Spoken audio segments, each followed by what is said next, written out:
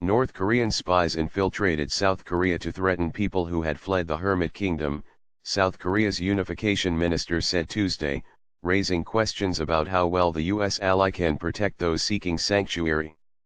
South Korea regularly shelters defectors from communist North Korea, many of whom have made the harrowing and life-threatening journey from North Korea via China.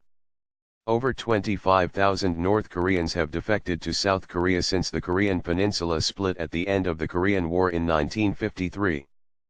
But Tuesday's admission demonstrates that South Korea is unable to sufficiently protect North Korean defectors who have sought refuge in the South and who continue to face persecution from the brutal North Korean regime. South Korean Minister Cho Myung-jeontu said his country would work to increase protections for defectors in the South, including by putting more limits on who can access the database holding defectors' personal information. The minister said North Korean spies and hackers may have infiltrated the database to steal the personal data of North Koreans who had escaped.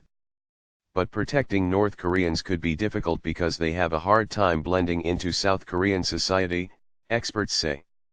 There is a real challenge for North Koreans because they usually aren't well educated, they stand out, their dialect is different and they are smaller. Defectors, except for the very high-level ones, have had a very hard time economically, explained Abraham Denmark, director of the Asia program at the Wilson Center. And there is a long history of North Korea sending people into the South as spies.